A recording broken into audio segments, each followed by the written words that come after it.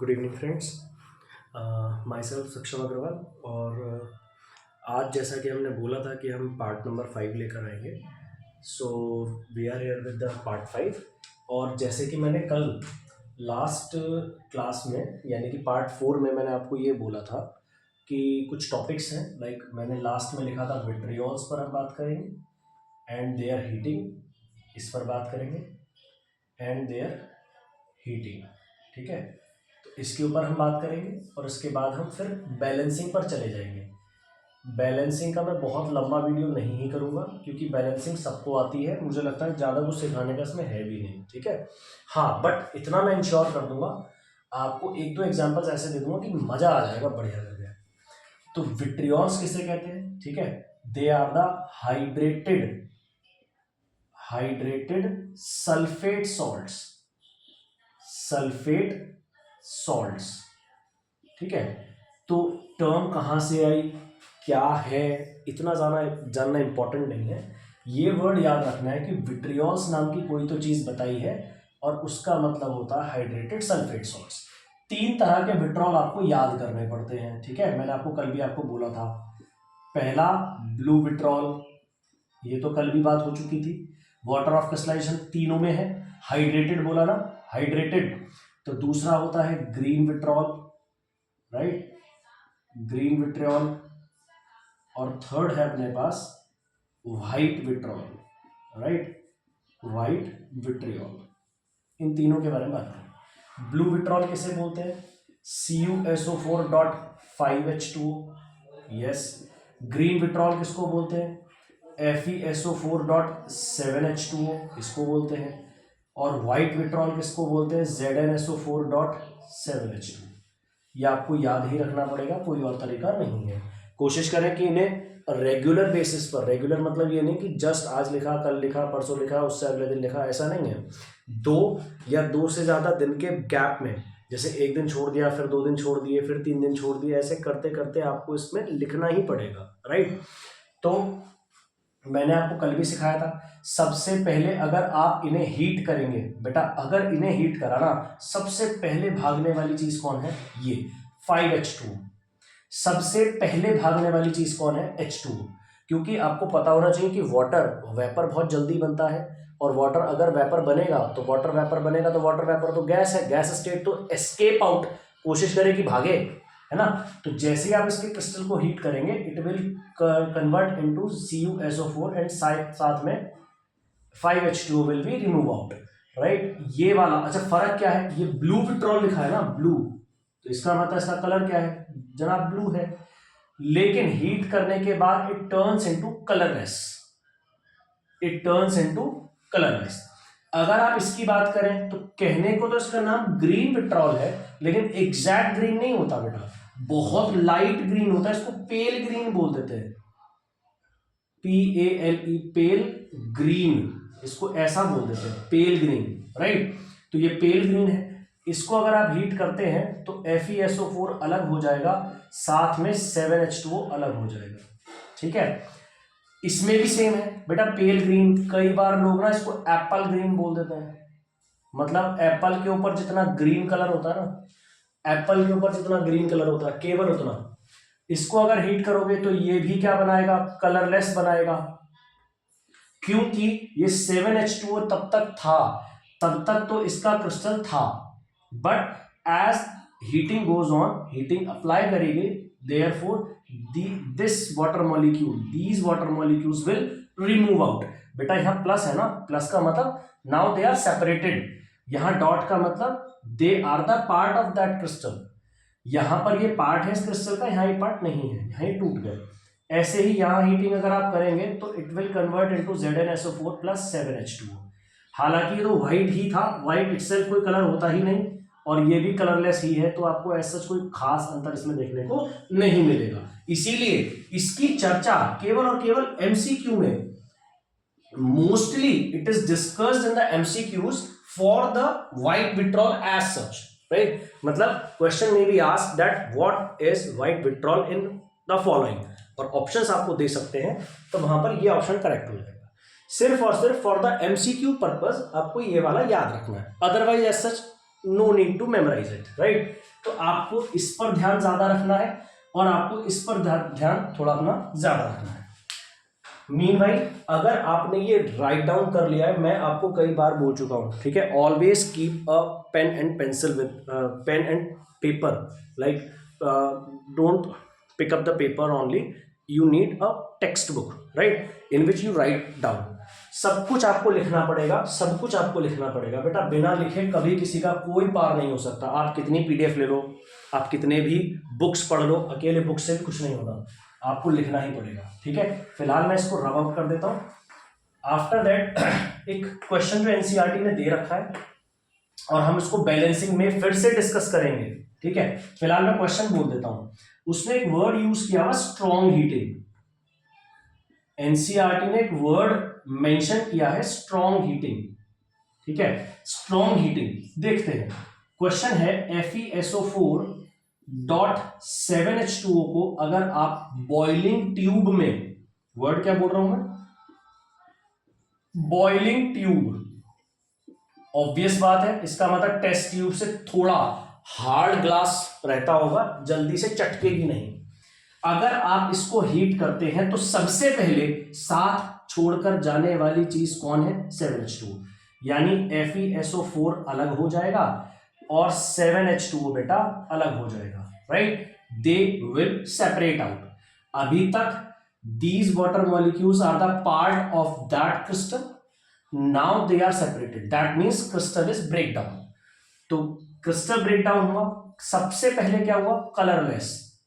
Colourless पहले कैसा था, पेल ग्रीन था, एप्पल ग्रीन था, ये आपको याद रखना पड़ेगा।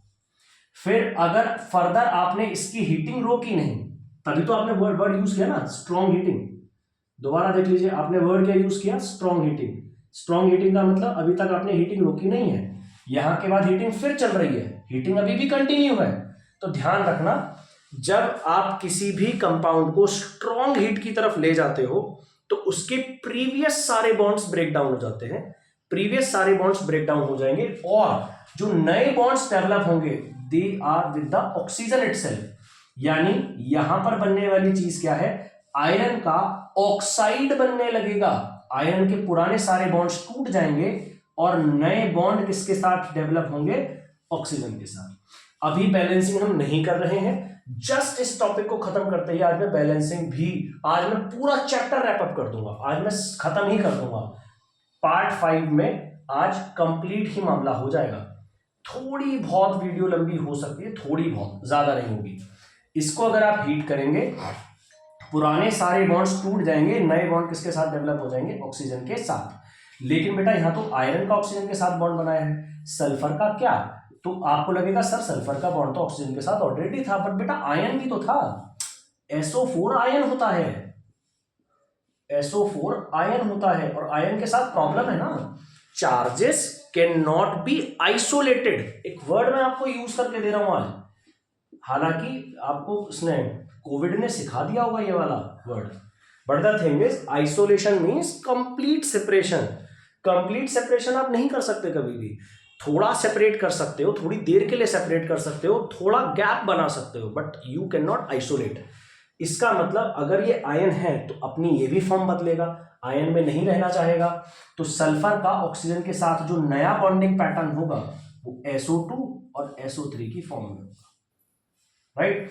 तो आयरन का ऑक्सीजन के साथ बॉन्ड, सल्फर का ऑक्सीजन के साथ बॉन्ड, सल्फर का ऑक्सीजन के साथ। अब आपको लगेगा मैंने 2 क्यों लिखे, बेटा सल्फर का ऑक्सीजन के साथ जब बॉन्ड बनता है ना तो SO2 भी बनता है, ये भी सच है, लेकिन ये भी सच है कि SO3 भी बनता है। जब आप एनवायरमेंट पढ़ोगे ना और आपके सामने अगर टॉपिक आ गया एसिड रेन, एसिड रेन, तब आप इन दोनों का इंपॉर्टेंस वहां समझोगे, एसिड रेन में इन दोनों का इंपॉर्टेंस आएगा। अभी के लिए समझ लो सल्फर का बॉन्ड ऑक्सीजन के साथ, सल्फर का बॉन्ड ऑक्सीजन के साथ, आयरन का बॉन्ड ऑक्सीजन के साथ, स्ट्रॉन्ग हीटिंग इसे कहते हैं।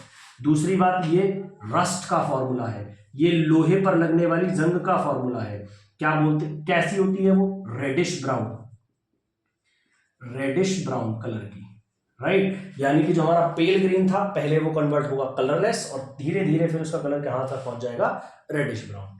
ठीक है, तो ये एक स्ट्रॉन्ग हीटिंग की बात हो गई जो कि एनसीईआरटी ने मेंशन कर रखा है, आपको सीखना जरूरी था। ठीक है, अब हम ये सब खत्म कर रहे हैं, अब हम सीधे सीधे आ रहे हैं हमारे टॉपिक पर, दैट इज बैलेंसिंग, जिसको हमने पहले दरकिनार कर दिया था। क्यों करा था? क्योंकि मैं उस टाइम पर आपको पहले सारी रिएक्शंस वहीं दिख जाती, अजीब गरीब मामला हो जाता। अब क्योंकि हम रिएक्शंस पढ़ चुके हैं तो हमें थोड़ा बैलेंसिंग का आइडिया रहेगा। अब देखो बैलेंसिंग में करना क्या है बेटा, एक वर्ड मैं आपके सामने यूज करने जा रहा हूं, ऑल्दो वो वर्ड अभी 10th क्लास के पर्सपेक्टिव में नहीं है, बट कुछ वर्डिंग ऐसी होगी जो मेरे मुंह से फ्रीक्वेंटली निकलेगी, आपको थोड़ा पता होना चाहिए। आपने 9th क्लास में एक लॉ पढ़ा था, law of definite proportion. 9th class का है ये, लॉ ऑफ डेफिनेट प्रपोर्शन, ये आपने पढ़ा था। अगर आप इसकी बात करो, लॉ ऑफ डेफिनेट प्रपोर्शन ये आपसे कहता था हर दो एलिमेंट अगर आपस में मिक्स होकर, दो या दो से ज्यादा एलिमेंट्स अगर आपस में मिक्स हो रहे हैं और एक कंपाउंड बना रहे हैं, तो जनाब उस कंपाउंड में हर एलिमेंट का परसेंटेज फिक्स रहता है। ऐसा नहीं है आज मेरा मन कर रहा है 20%, कल को मेरा मन कर रहा है 30%, परसों को मेरा मन कर रहा है 40%। Overall percentage will be fixed out. इसका मतलब आप उसमें ऑल्टरेशन नहीं कर सकते। मतलब अगर इसका मतलब ये लॉ ऑफ डेफिनेट प्रोपोर्शन की वजह से ही हम फॉर्मूला लिख रहे हैं, तो कहने का मतलब अगर कोई मुझसे पूछे what is the significance of this law, तो आप बोलोगे that we can write a formula of a specific compound, right. Law of definite proportion की वजह से ही अगर आपने कार्बन डाइऑक्साइड बोला तो कार्बन डाइऑक्साइड का आपने एक फॉर्मूला डिसाइड कर दिया, आपने नाम ही बोल दिया ना कार्बन डाइऑक्साइड। अगर आपने नमक बोला तो जनरली आप NaCl लिख पाओगे।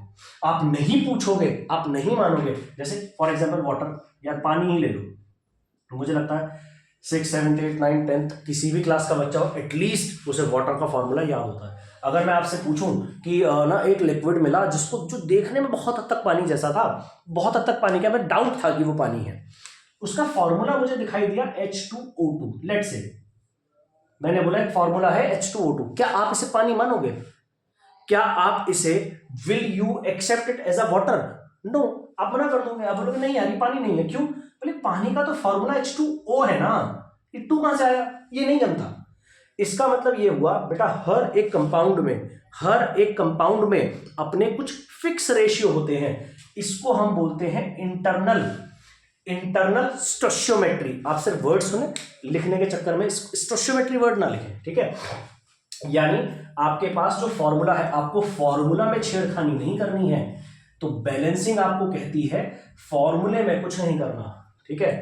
बैलेंसिंग का जो फर्स्ट रूल है, रूल भी क्या यार, देखो यार ये तो बहुत कॉमन सी बात है ना, 9th में पढ़ते आ रहे हैं। बैलेंसिंग में फर्स्टली आपको ध्यान रखना है, do not alter the formula itself. आप फॉर्मूला में छेड़छाड़ ना करें, ठीक है। Do not alter the formula itself. आप फॉर्मूला में खुद में कोई बदलाव ना करें, फॉर्मूला नहीं छेड़ना है, फॉर्मूला एज इट इज रहना है। अब इसके बाद अगर हम बात करें तो कैसा मेथड हम पढ़ रहे हैं, हम पढ़ रहे हैं हिट एंड ट्रायल मेथड। मतलब क्या हो गया? मतलब ये हो गया आप कोशिश करेंगे, फिर कोशिश करेंगे, फिर कोशिश करेंगे, फिर कोशिश करेंगे, फिर कोशिश करेंगे, तब तक जब तक हमारा आंसर सही नहीं आ जाता। फिर क्या कोई तरीका है? हाँ, कुछ स्टेप्स हैं जिनके जरिए हम थोड़ा सा चीजों को आसान बना लेंगे। जैसे फर्स्ट बैलेंस मेटल। यार ये क्या लिखने की जरूरत है यार, मतलब बहुत घटिया बात है, फर्स्ट बैलेंस मेटल, है ना, क्योंकि है तो हिट एंड ट्रायल, बट ठीक है कुछ तरीके हैं। पहले मेटल को बैलेंस कर दो, ठीक है, after that non metal, after that balance non metal, ठीक है। आई थिंक एवरीबडी नोज, मुझे इसको और इसको सिखाने में कुछ खास है नहीं, ठीक है। और नॉन मेटल, फिर उसके बाद हम ऐसा बोल देते हैं, राइट, है ना, other than hydrogen and oxygen, ठीक है। फिर उसके बाद आपकी सहूलियत है, आप इसे बैलेंस करना चाहें या इसे, मोस्टली वैसे ऑक्सीजन को पहले कर लेते हैं, ठीक है। तो पहले ऑक्सीजन, उसके बाद फिर आफ्टर दैट हाइड्रोजन। तो ये एक तरीका है, ठीक है, मैं इसमें जाना भी नहीं चाहता था। आप एक काम करो, ये सब जानते हैं बेटा, ये मैं कोई अनोखी बात नहीं बता रहा हूँ, ये सब जगह है, सबको पता है, ठीक है। इसीलिए मैं इस टॉपिक के ऊपर बहुत ज़्यादा ध्यान देना भी नहीं चाहता था।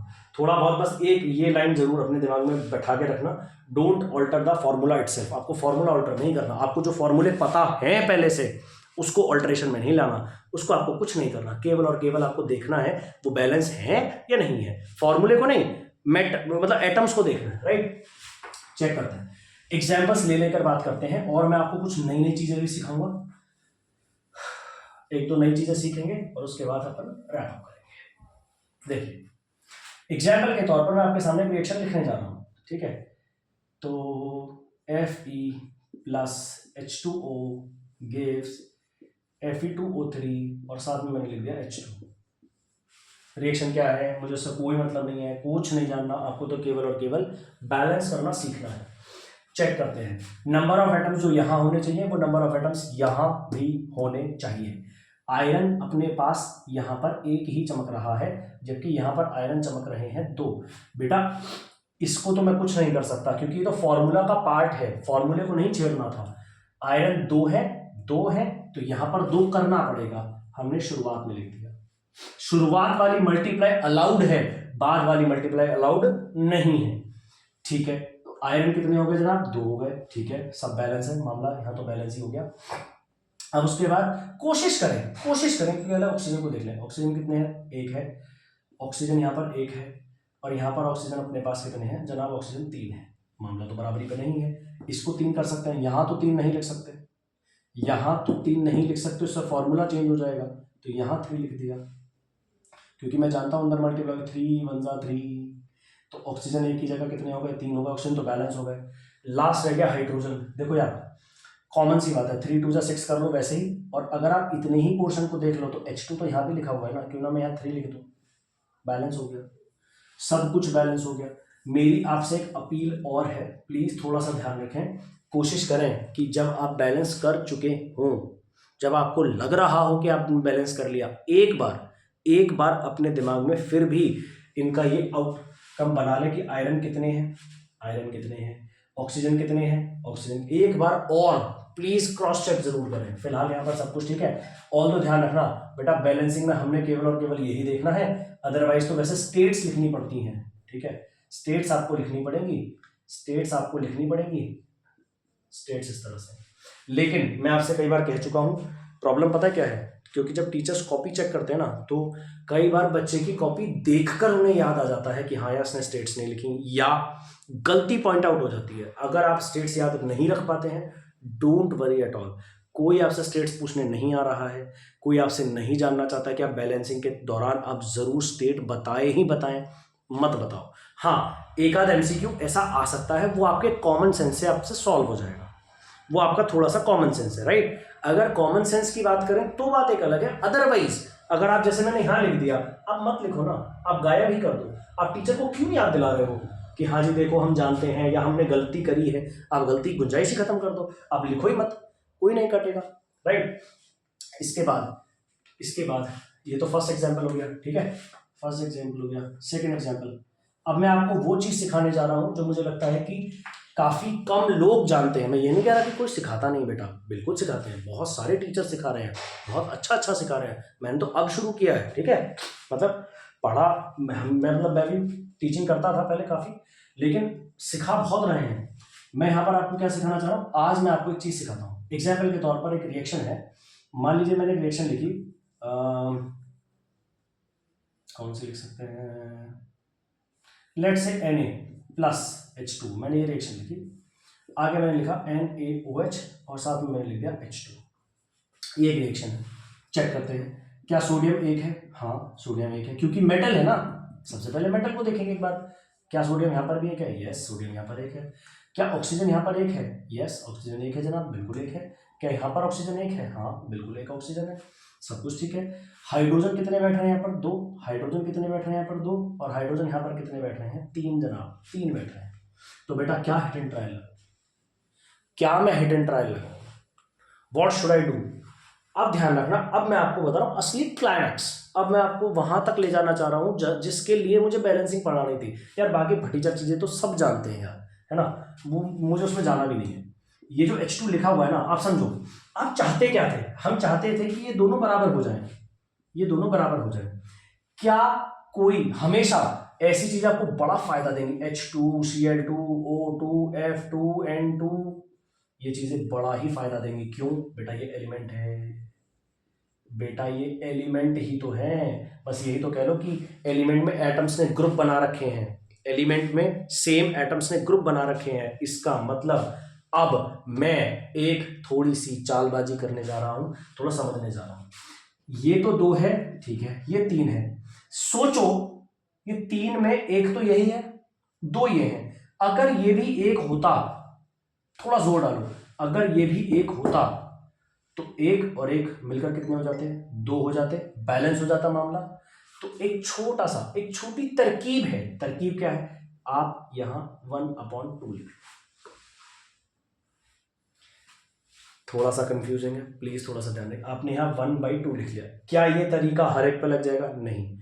इन पर इन पर इन पर इन पर इन पर एप्लीकेबल है। कभी भी नेवर एवर H2O के आगे हाफ लगाने की गुस्ताखी कभी मत करना, कभी भी नहीं, बचोगे नहीं बिल्कुल, फाइल निपट जाएगी बिल्कुल। ये नहीं करना होता। आपको कोई भी NaCl लग रहा है, इसमें कभी नहीं करना। आपको किसी वैसे फॉर्मूला में नहीं करना, केवल डाई एटॉमिक्स में आप कर सकते हो, केवल डाई एटॉमिक में आप ये कर सकते हो, केवल डाई एटॉमिक में आप ये एप्लीकेबल कर सकते हो। आपने 1/2 करा, 1/2 का अंदर मल्टीप्लाई करोगे तो 1/2 इंटू 2 करोगे ना, 1/2 इंटू 2 कितना आ गया? 1 आ गया। 1 ये रहा, 1 ये रहा, और आंसर कितना आ गया? 2 आ गया, बैलेंस हो गया मामला। अब आप मुझसे ये पूछना चाहेंगे क्या ये सही है? थोड़ी देर रुकते हैं बेटा। एक बात समझना, ये 11th क्लास के हिसाब से तो एब्सोल्युटली करेक्ट है, एब्सोल्युटली, कोई मना नहीं करेगा। 11th क्लास में जाते ही आपको कोई मना नहीं करेगा, आप खूब ऐसे लिखें। लेकिन as per the 10th class convention, बेटे कुछ चीजों के कन्वेंशन, कुछ डेकोरम होते हैं। एज पर द डेकोरम या as per the convention 10th class में हम ये नहीं लिखना चाहते, 10th क्लास में हम ये नहीं ही लिखना चाहते 1/2। क्यों?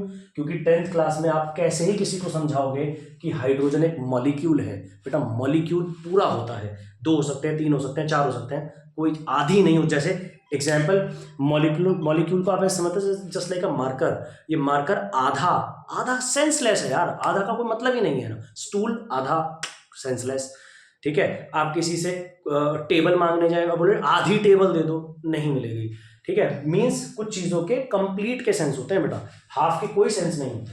इसका मतलब यहां अगर हाफ लगा है तो अभी फिलहाल ये हमारा सेंस थोड़ा सा बिगाड़ रहा है, तो इस हाफ को हमें हटाना है। इस हाफ को भी देखो, ध्यान रखना, हाफ हमने अपनी सहूलियत के लिए लगाया था, हाफ हमने अपनी सहूलियत के लिए लगाया था। अच्छा एक बात और, ये बड़े खूबसूरत लोग हैं यार, बड़े ही खूबसूरत हैं। यहाँ पर 2 लगा हुआ है ना, आपको 3 चाहिए तो आप 3/2 लिख दो, आपको 5 चाहिए आप 5/2 लिख दो, आपको 7 चाहिए आप 7/2 लिख दो। क्योंकि अंदर मल्टीप्लाई करोगे 2 से 2 कट जाएगा, 7 बचेगा। इधर अंदर मल्टीप्लाई करोगे 2 से 2 कट जाएगा, 5 बचेगा। इधर 2 से 2 कट जाएगा, 3 बचेगा। आपको जो नंबर चाहिए आप वो लिखो अपॉन 2 बस। लेकिन केवल only, strictly only for this, only, ठीक है। तो अब ऐसा हो तो गया, बट बेटा हमें ऐसे छोड़ना नहीं है। अब हम चाहते हैं कि जो हमने रायता फैलाया है ना, ये जो हमने रायता फैलाया है, अब इस रायते को थोड़ा समेटने का टाइम है, थोड़ा डेकोरम मेंटेन करने का टाइम है। तो as per the convention multiply by 2, इस पूरी रिएक्शन को आप मल्टीप्लाई बाय 2 कर दो। क्यों कर दो भाई साहब? बहुत सिंपल सी बात है, 1:1/2 है। अब आप चाहते हो कि ये रेशियो में ये सब ना रहे 1/2, तो 2 से मल्टीप्लाई कर दो। देखते हैं ना करके, मल्टीप्लाई बाय 2 करो। इसको 2 से मल्टीप्लाई करोगे तो क्या आ जाएगा? 2Na। इसको 2 से मल्टीप्लाई करोगे तो क्या आ जाएगा? 2H2O। इसको 2 से मल्टीप्लाई करोगे तो क्या आ जाएगा? 2NaOH। और अगर इसको 2 से मल्टीप्लाई कर दिया तो गजब ही हो जाएगा, गजब ही हो जाएगा। 2 से 2 काटा, 1 बचा, तो सीधे सीधे क्या बन गया? H2। And your balanced chemical equation is here. Balance हो गए जनाब, चेक कर लो। सोडियम 2, सोडियम 2, हाइड्रोजन चेक करो, 2 2 4, तो 2 1 2 एंड 2 4, ऑक्सीजन 2, ऑक्सीजन 2, बैलेंस हो। तो तो ध्यान रखना, जब कभी भी आपके पास ऐसे ऐसे आ जाए तो आपको बड़ी ही हेल्प करेंगे बेटा, बेहद हेल्प करेंगे। लेकिन ध्यान रखना, स्ट्रिक्टली फॉर डायटोमिक्स, स्ट्रिक्टली फॉर डायटोमिक्स, हमेशा आप इधर से उधर नहीं जाएंगे, ठीक है? आप जबरदस्ती इधर उधर नहीं भटकेंगे। चलिए, अब तीसरी, 2 एग्जाम्पल्स हो गए। तीसरा सबसे भयंकर एग्जाम्पल जो मुझे लगता है as per the class 10th, मुझे 2-3 ही एग्जाम्पल लेने हैं, ज़्यादा एग्जाम्पल मुझे लेने नहीं, क्योंकि मुझे लगता है कि यार ये बैलेंसिंग सबको आती है। जिसको नहीं आती आप प्लीज़ एक बार कमेंट करिएगा, मुझे बताइएगा, ठीक है? लेड नाइट्रेट, लेड नाइट्रेट की हीटिंग करके देखते हैं। PbO plus NO2 plus O2, ये तो मेरे को प्रोडक्ट्स याद हैं, ठीक है? अभी तो मैं आपको ये सब मैंने अभी कुछ नहीं सिखाया, अभी तो प्रोडक्ट्स याद है बेटा। हीटिंग का साइन है ये, ट्राइंगल हीटिंग का साइन है, ठीक है? इसको हीट करके ये बना। तो चेक करते हैं, कैसे चेक करेंगे? सबसे पहले एक बात और देखा करो बेटा, एक चीज़ और देखा करो, बच्चे अक्सर ना जबरदस्ती चीज़ों को उलझाते हैं, सुलझाने के बजाय उलझाते हैं। जैसे एक छोटी सी रिएक्शन और है, एक सेकेंड, इसको साइड रखते हैं, इसको साइड रखते हैं, अभी इस पर आएंगे वापस, अभी इस पर वापस आएंगे। एक बार जरा इस वाली रिएक्शन को जरा ध्यान से देखें। फॉर एग्जांपल मैंने आपसे दिया PbNO3 का whole twice plus Ki gives you PbI2 and plus KNO3। अब अगर मैंने ये बैलेंस करने को दे दिया तो बेटा मेटल यहां पर लेड भी है और मेटल यहां पर पोटेशियम भी है। हाँ, क्योंकि जो 9th से जंप होकर बच्चे आते हैं ना, कई बार उन्हें कंफ्यूजन होता है, वैसे सबको नहीं होता। देखो यार, कुछ का मेंटल लेवल या कुछ का समझ, बात मेंटल लेवल की भी नहीं है भाई। मेंटल लेवल जैसी कोई चीज़ मैं बहुत जल्दी से मानने को राजी नहीं होता। प्रॉब्लम यहाँ पर ये है कि कुछ बच्चे अपनी हिचकिचाहट में, अपने हेजिटेशन में पूछ नहीं पाते कि जी सर आखिरकार हम मेटल और नॉन मेटल की पहचान करें कैसे। ऑल्दो केमिस्ट्री का 10th क्लास में केमिस्ट्री में चैप्टर नंबर 3 है जो कि मेटल्स और नॉन मेटल्स की बात करता है। मेटल्स और नॉन मेटल्स के बारे में बहुत कुछ उसमें लिखा हुआ है, आपको इसलिए ज़्यादा टेंशन लेने की ज़रूरत नहीं है। लेकिन अभी के लिए बेस बनाने के लिए मैं आपको एक चीज़ बताता हूँ। आपने आयंस की लिस्ट याद करी थी, आपने आयंस की लिस्ट याद करी होगी as per the class 9th। और क्लास 9th में जो आपने पॉजिटिव आयंस की जो लिस्ट याद करी थी ना, जिन्हें आपने प्यार से कैटायंस बोला था, उन कैटायंस की लिस्ट में आप 2 चीजों को छोड़ देना। H+ को छोड़ देना, जनरली 9th क्लास के हिसाब से बोल रहा हूं मैं। एक तो H+ को छोड़ देना और एक आप NH4+ को छोड़ देना। इन दोनों को छोड़ते ही बाकी सब कुछ जो लिखा हुआ है कैटायंस की लिस्ट में, पॉजिटिवली चार्ज आयंस की लिस्ट में, इन दोनों को छोड़कर जो कुछ भी लिखा हुआ है सब मेटल के एग्जांपल है, सारे मेटल है।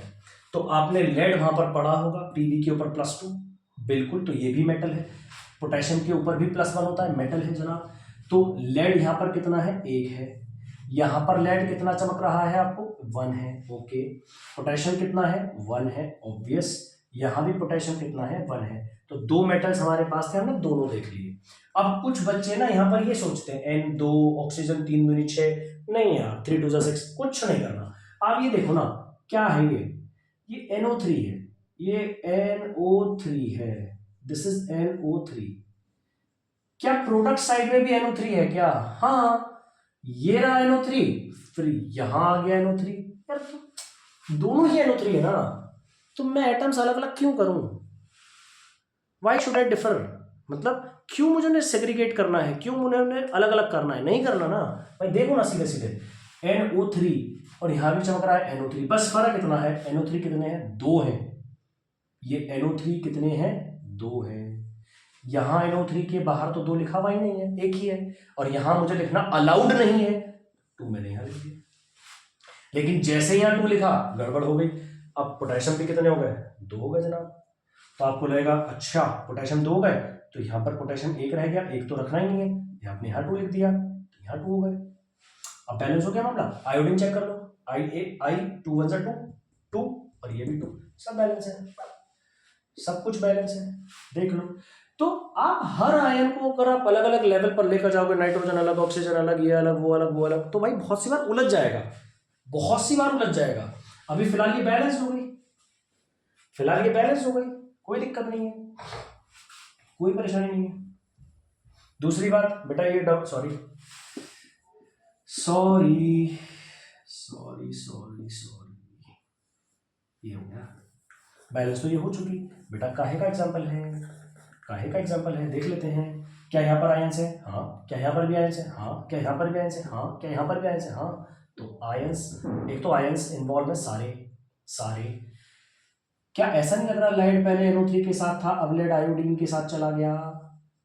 क्या पोटेशियम इसके साथ चला गया, यानी आयंस स्विच हो गए, ions gets interchanged, ions gets interchange, meaning कौन सी रिएक्शन है? Oh sorry sorry sorry sorry sorry sorry sorry I am sorry, double displacement reaction. कौन सी रिएक्शन है? Double displacement reaction. और मैंने आपको समझाया था कि double displacement reactions mostly are precipitation reaction, mostly they are precipitation reaction. तो बेटा प्रिसिपिटेट यही तो है, this is the yellow PPT है बेटा, सॉलिड सॉलिड सॉलिड, ये एक्वस, ये भी एक्वस और ये भी एक्वस। तो बैलेंसिंग की बैलेंसिंग भी, टाइप का टाइप भी, हमने दोनों चीजें कवर कर ली। ठीक है साहब, अब हम आते हैं वापस लौट कर बुद्धू घर को आए, वापस से आ गए उसी एग्जाम्पल पर जिसको लेकर हम चले थे। इसमें देखते हैं क्या लेड यहाँ पर आपको एक चमक रहा है?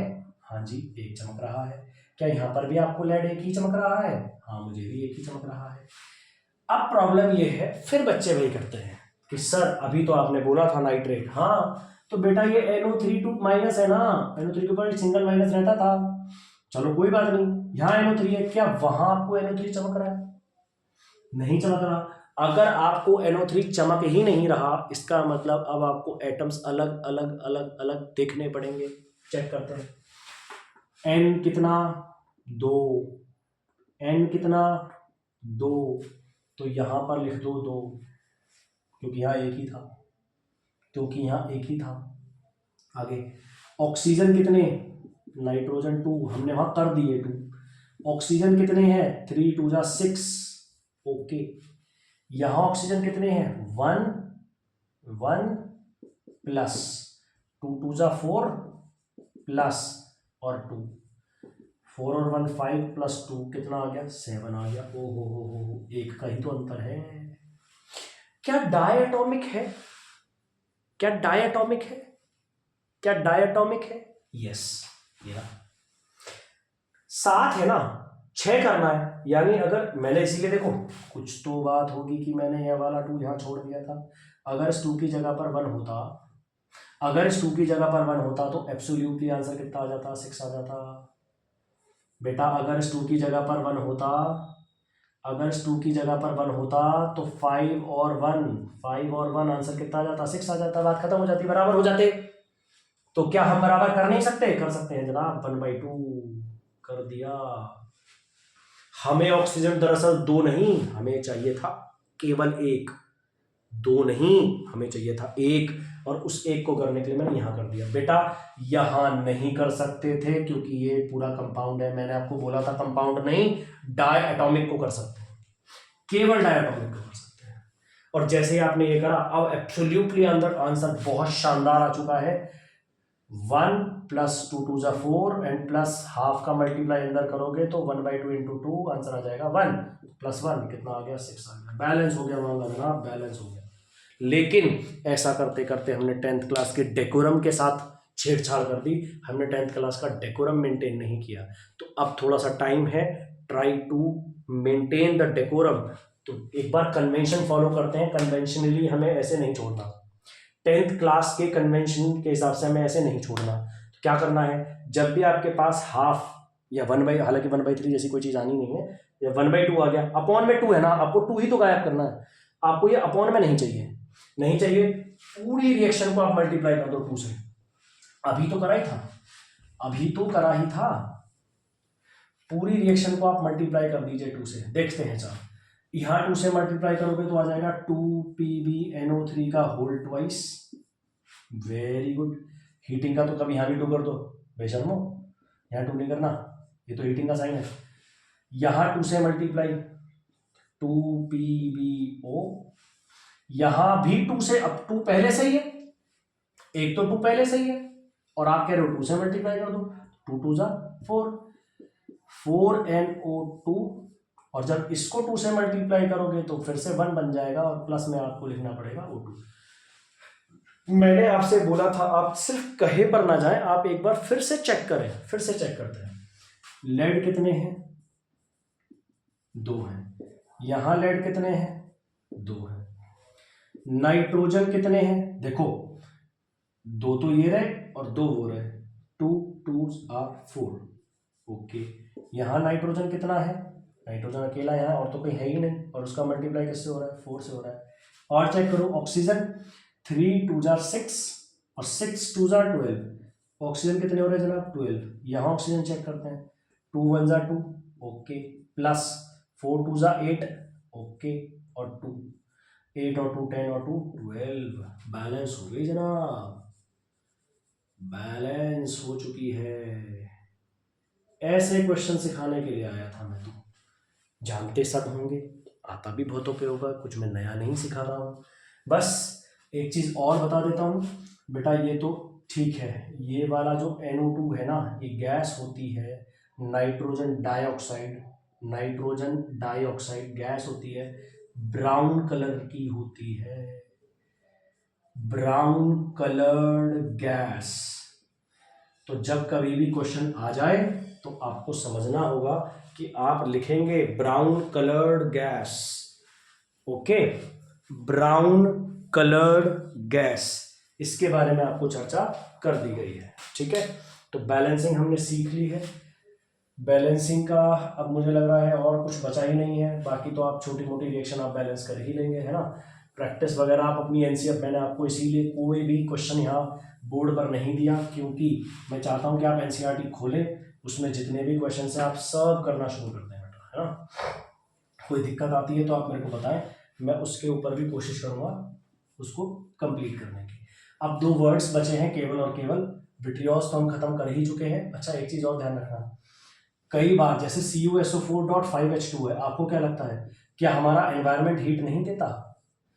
क्या हमारा एनवायरनमेंट हीटिंग कॉज नहीं करेगा? बिल्कुल करेगा जनाब। जब हीटिंग कॉज करेगा तो इसका मतलब इसको एग्जैक्ट हीट करने की जरूरत भी नहीं पड़ती है बेटा, आप एटमॉस्फेयर में छोड़ दो, थोड़े थोड़े टाइम में ऐसा। अच्छा देखो, हीटिंग से तो डायरेक्टली निकल जाते हैं, हीटिंग से तो डायरेक्टली निकल जाएगा, लेकिन अगर आप हीट नहीं भी करोगे ना, तो एक एक एक एक यूनिट वाटर का ऐसे करके रिमूव आउट होता रहेगा, और अगर ये ऐसे रिमूव आउट होता रहेगा तो ये जो ब्लू कलर था, ये थोड़ा थोड़े टाइम बाद, थोड़े थोड़े टाइम बाद it will fade out, it will fade out। क्यों? Due to the removal, due to the removal of water of, कौन सा? वाटर ऑफ क्रिस्टलाइजेशन, रिमूवल हो रहा है, removal, removal of water of crystallisation, this is also called as efflore, sorry, हाँ, sorry sorry sorry sorry, efflorescence, efflorescence, right. तो इसे अपन बोलते हैं एफ्लोरेसेंस।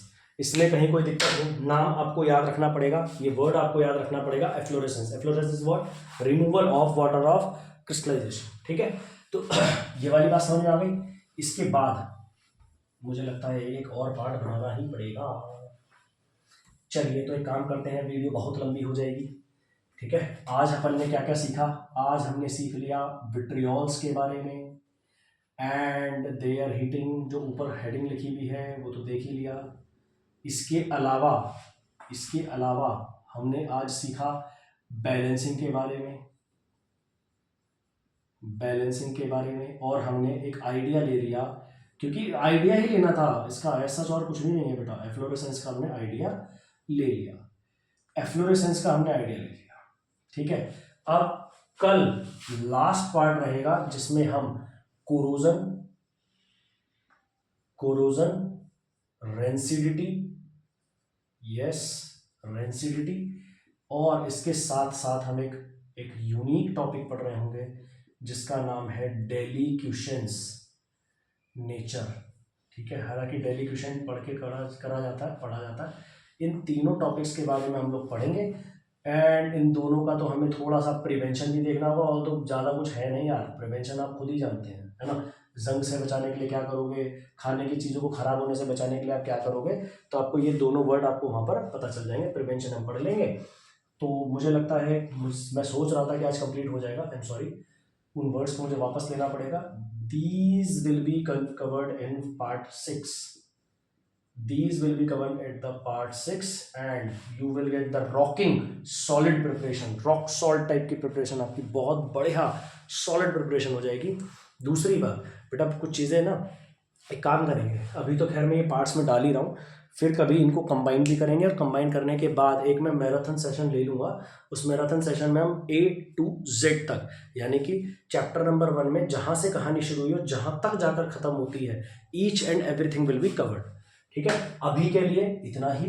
ठीक है, so okay, bye bye, good night, see you soon, और अगले नेक्स्ट पार्ट में मिलेंगे, और पार्ट में ये सब अपन कवर करेंगे। ठीक है, थैंक यू।